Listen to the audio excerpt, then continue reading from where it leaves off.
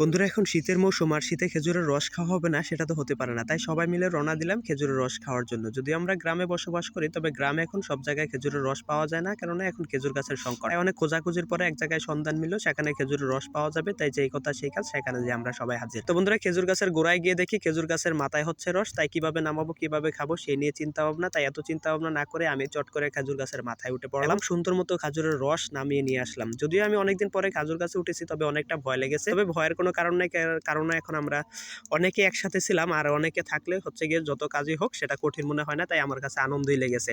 আর আমরা হচ্ছে গিয়ে খেজুর গাছের মালিকের কাছ থেকে অনুমতি নিয়েই গাছ উঠেছি, তাই ভয়ের তো কোনো কারণ নাই। তো বন্ধুরা, সুখ সালামতে খেজুরের রস নামিয়ে নিচে নিয়ে আসলাম এবং সবাই মিলে ফটো সেশন শেষ করলাম। আসলে খেজুরের রস হাতে নিলে কিন্তু সবারই ছবি তুলতে মন চায়, ঠিক তেমনই আমরাও করলাম আর কি।